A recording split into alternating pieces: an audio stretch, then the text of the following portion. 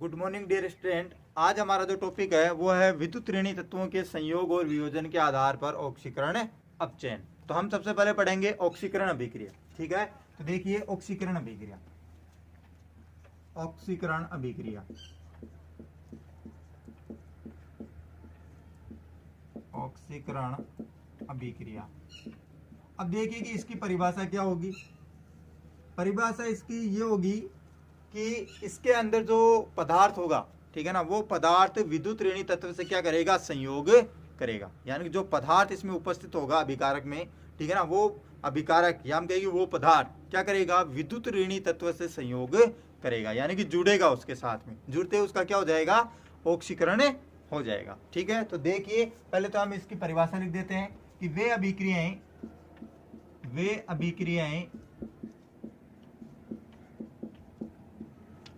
जिनमें पदार्थ विद्युत ऋणी तत्व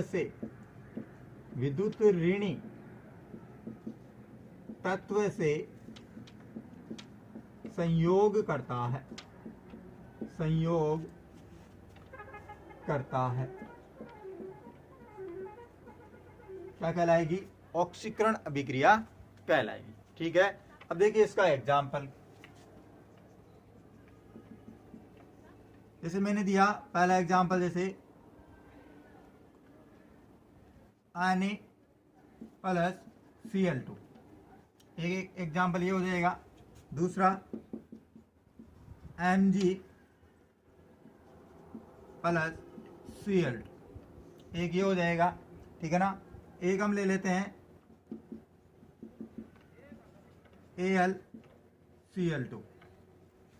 ठीक है ना, तो अब देखिए कि इसमें क्या क्या बन रहा है। जब सोडियम क्लोरीन, यानी कि सोडियम वो पदार्थ है, ठीक है ना, क्लोरीन से क्या कर लेगा, संयोग कर लेगा। क्लोरीन क्या है, यहाँ पर ऋण विद्युतीय तत्व है। कौन सा तत्व है, ऋण विद्युतीय तत्व। तो बनेगा क्या, NaCl2। क्या बनेगा, NaCl2। ठीक है, Mg जो है वो क्लोरीन से क्रिया करेगा, ठीक है ना, संयोग करेगा, जुड़ेगा, तो क्या बन जाएगा, MgCl2। ठीक है, और इसके अंदर जब ये एल्यूमिनियम है Al, ठीक है ना, ये क्लोरीन से सहयोग करेगा, यानी ऋण विद्युतीय तत्व से सहयोग करेगा, तो क्या बन जाएगा, AlCl2। ठीक है ना, AlCl2। तो ये तीन एग्जाम्पल मैंने आपको बताए।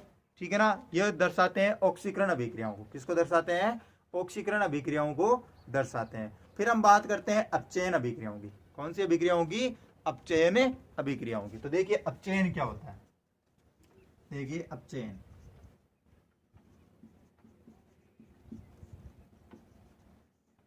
ठीक इसका क्या होगा, विपरीत होगा।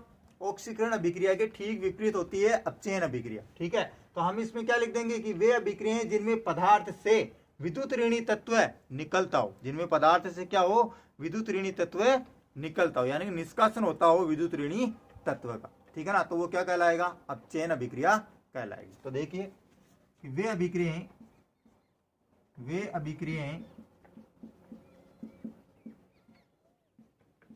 जिनमें पदार्थ से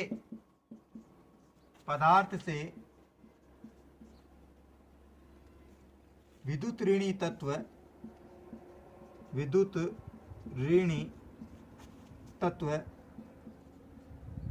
निकलता हो या निकलता है। ठीक है, तो वो क्या कहलाएगी, अपचयन अभिक्रिया कहलाएगी। ठीक है, अब इसका एग्जाम्पल देख लीजिए कि क्या होता। ठीक है, तो देखिए example number 1, 2FeCl3 plus H2। देखिए अब क्या बनेगा। ठीक है ना, इसके अंदर जो अधिक विद्युत ऋणी तत्व है वो कौन है, क्लोरीन। कौन है, क्लोरीन। क्यों, क्योंकि फेरस तो क्या है, एक धन विद्युतीय तत्व है। फेरस क्या है, एक धन विद्युतीय तत्व है। क्लोरीन क्या है, यहाँ पर ऋण विद्युतीय तत्व है। ठीक है, तो यहाँ पर क्या हो जाएगा कि एक क्लोरीन क्या होगा, इस 2FeCl3 से निकल जाएगा और बनाएगा क्या, 2FeCl2। क्या बनाएगा, 2FeCl2। ठीक है ना, और इधर क्या बनेगा, जो ये क्लोरीन निकलेगा वो इस H2 के साथ में मिलेगा, तो क्या बन जाएगा, 2HCl। क्या बन जाएगा, 2HCl। Cl। तो यहाँ पर एक क्लोरीन निकल रहा है, इसलिए उसका क्या हो रहा है, अपचयन हो रहा है। तो ये तो थी अपनी कौन सी अभिक्रियाएं, ऋण विद्युतीय तत्वों के संयोग और वियोजन के आधार। ठीक है, अब मैं इसे मिटा देता हूं, फिर हम अगली अभिक्रियाओं के बारे में चर्चा करते हैं। और वो अभिक्रियाएं हैं इलेक्ट्रॉन के आदान प्रदान के आधार, कि इलेक्ट्रॉन देता है तो ऑक्सीकरण होता है या अपचयन होता है। ठीक है ना, वो हम पढ़ेंगे। ठीक है, तो इलेक्ट्रॉन के आदान प्रदान के आधार पर हम अभिक्रियाएं पढ़ेंगे।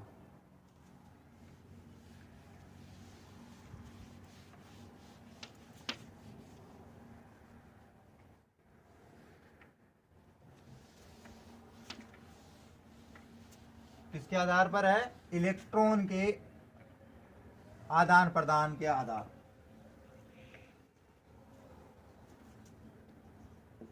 इलेक्ट्रॉन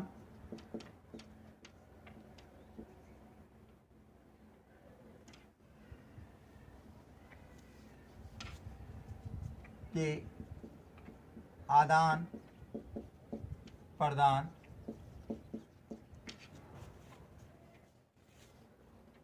के आधार पर हम क्या पढ़ रहे हैं, ऑक्सीकरण अपचयन अभिक्रिया पढ़ रहे हैं। ठीक है, तो हम सबसे पहले पढ़ेंगे कौन सी, ऑक्सीकरण। कौन सी पढ़ेंगे, ऑक्सीकरण।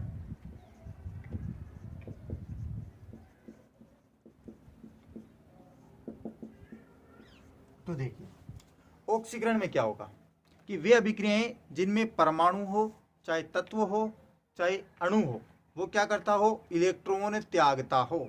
इलेक्ट्रॉन क्या करता हो, त्यागता हो, तो वो क्या कहलाएगी, ऑक्सीकरण अभिक्रिया। क्या कहलाएगी, ऑक्सीकरण अभिक्रिया कहलाएगी। यानी कि वे अभिक्रियाएं जिनमें परमाणु, तत्व, अणु या आयन, ठीक है ना, क्या करते हो, इलेक्ट्रॉन त्यागते हो, तो कौन सी अभिक्रिया कहलाएगी, ऑक्सीकरण अभिक्रिया कहलाएगी। तो देखिए ऑक्सीकरण की परिभाषा कि वे अभिक्रियाएं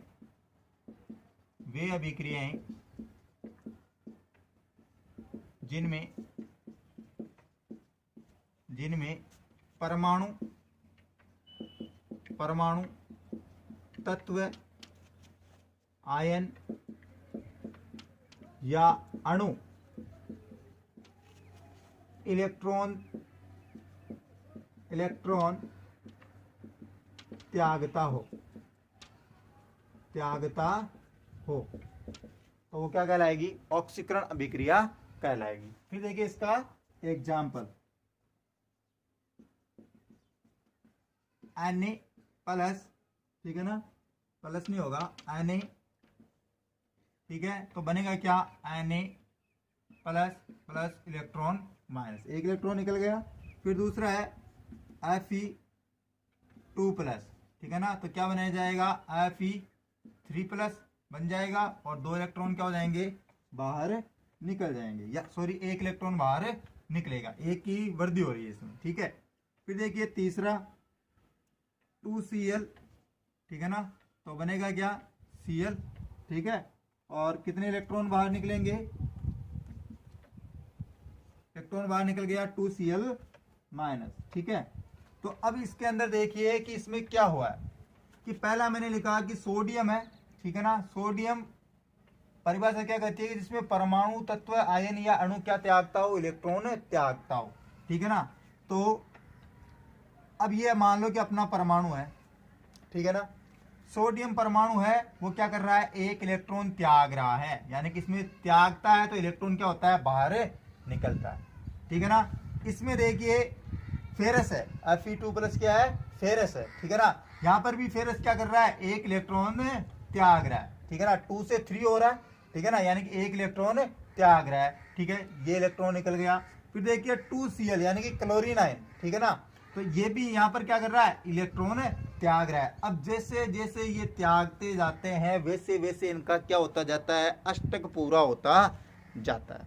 क्या होता जाता है, अष्टक, हम कहेंगे ये उदासीन हो जाते हैं। क्या हो जाते हैं, उदासीन। जैसे मान लो कि ये सोडियम था, ठीक है ना, सोडियम के अंदर जो कोष बनते हैं वो 3 बनते हैं, KLM। एक एग्जाम्पल बताऊंगा, बाकी आप देख लियो। तो देखिए K के अंदर 2, L के अंदर 8 और M में कितने होते हैं, 1। अब मान लीजिए इसने एक इलेक्ट्रॉन को त्यागा है, तो ये कोष क्या हो गया, समाप्त हो गया। ठीक है ना। तो अब इसका बाह्यतम कोष कौन सा रह गया, एल रह गया, और एल में कितने इलेक्ट्रॉन पड़े हैं, 8 इलेक्ट्रॉन पड़े हैं, तो इसको कोई दिक्कत नहीं है, इसका स्टक पूरा क्या है, भरा हुआ है। तो ये परमाणु कैसा हो गया, फिर उदासीन हो गया, ठीक है ना, पूरा भरा हुआ है, ठीक है ना, इसी प्रकार है, ठीक है। फिर देखिए हम पढ़ेंगे अपचयन, क्या पढ़ेंगे, अपचयन अभिक्रिया। इसको मिटा रहा हूं मैं अब। देखिए अपचयन, अपचयन में क्या होगा, ठीक इसके विपरीत होगा। अपचयन,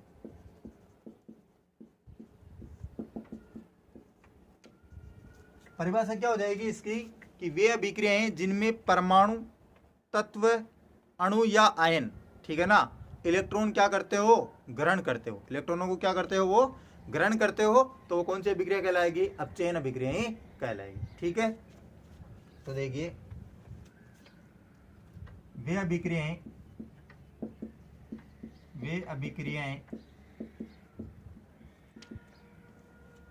जिनमें परमाणु, तत्व, अणु या आयन इलेक्ट्रॉन ग्रहण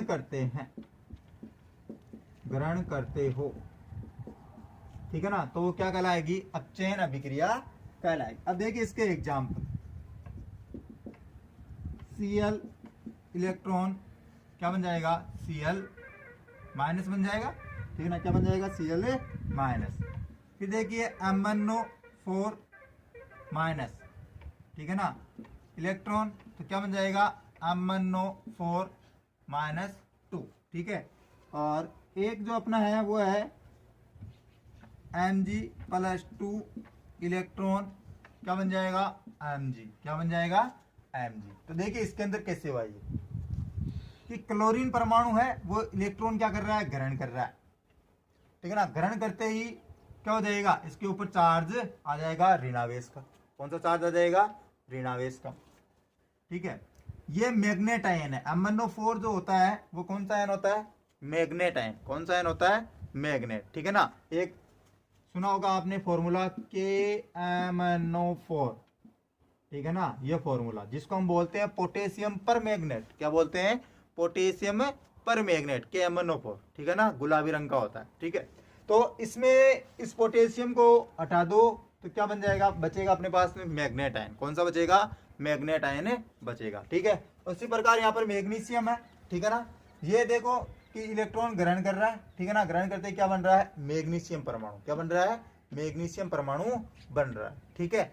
तो ये तो ये अपनी इलेक्ट्रॉन के आदान प्रदान के आधार पर ऑक्सीकरण अपचयन अभिक्रियाएं। अब हम पढ़ेंगे एक और अभिक्रिया जो क्या है, बहुत ही इंपॉर्टेंट है, वो है अपनी रेडॉक्स अभिक्रियाएं। कौन सी अभिक्रियाएं हैं, रेडॉक्स अभिक्रियाएं, तो वो इन्हीं के आधार पर बनी है, ठीक है ना। और रेडॉक्स अभिक्रियाओं में ऑक्सीकरण और अपचयन दोनों क्या होते हैं, साथ साथ होते हैं, जिनमें एक पदार्थ ऑक्सीकृत होता है तो दूसरा पदार्थ क्या हो जाता है, अपचयित हो जाता है, और इन्हें अर्ध अभिक्रियाओं के नाम से भी जाना जाता है, ठीक है। तो हम पढ़ेंगे रेडॉक्स अभिक्रिया। देखिए रेडॉक्स अभिक्रिया, हेडिंग डाल लो, रेडॉक्स अभिक्रिया परीक्षा की दृष्टि से बहुत ही इंपॉर्टेंट होती है ये रेडॉक्स अभिक्रिया।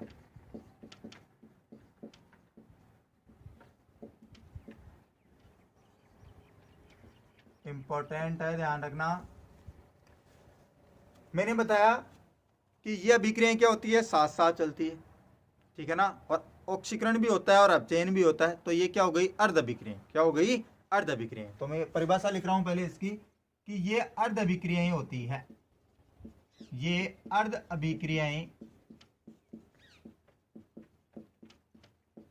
होती है। इसमें एक पदार्थ द्वारा इलेक्ट्रॉन ग्रहण किया जाता है,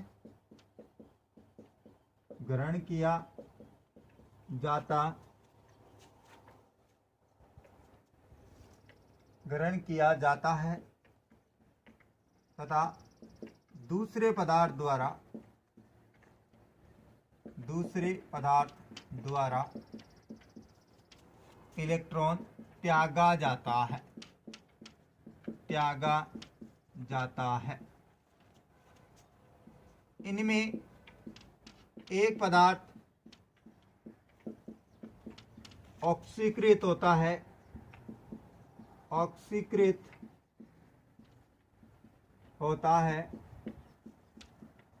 तो दूसरा पदार्थ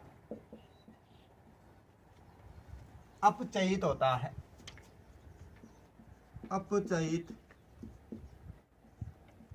है। इसलिए इन्हें अपोपचय या रेडॉक्स अभिक्रियाएं कहा जाता है। रेडॉक्स अभिक्रियाएं कहा जाता है। अब देखिए कि इस अभिक्रिया की जो हमने परिभाषा लिखी, ठीक है ना, उस परिभाषा का उपयोग हम किस में करेंगे, इसके एग्जाम्पल में करेंगे, तब ये परिभाषा क्या हो जाएगी, अपने लिए सही हो जाएगी। ठीक है, तो देखिए इसके एग्जाम्पल,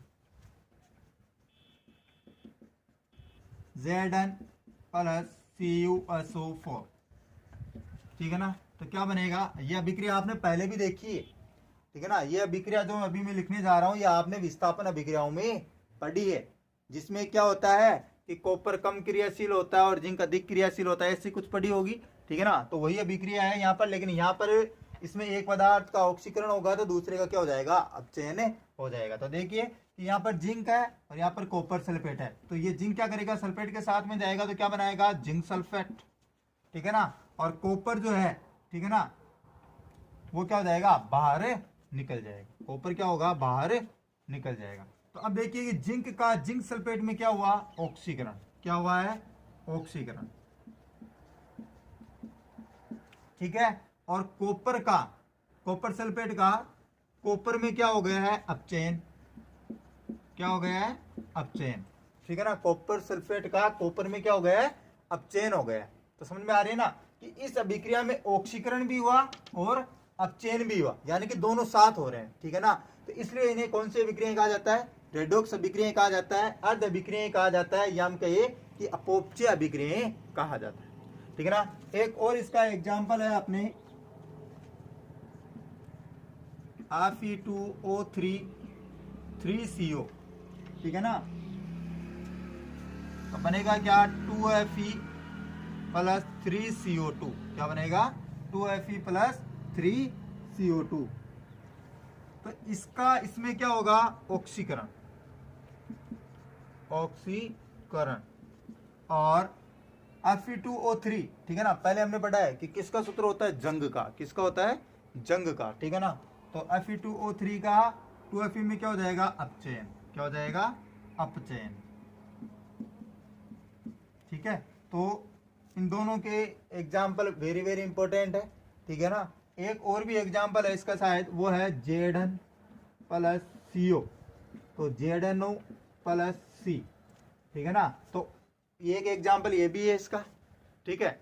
तो ये तीन एग्जाम्पल, ठीक है ना, ये तीनों एग्जाम्पल किसके हैं, रेडॉक्स अभिक्रिया के हैं, और ये बहुत ही इंपॉर्टेंट अभिक्रिया है अपनी परीक्षा की दृष्टि से। वो सीधा क्वेश्चन पूछता है कि रेडॉक्स अभिक्रिया का एक समीकरण लिखिए, या रेडॉक्स अभिक्रियाएं किसे कहते हैं, समीकरण लिखिए, ठीक है।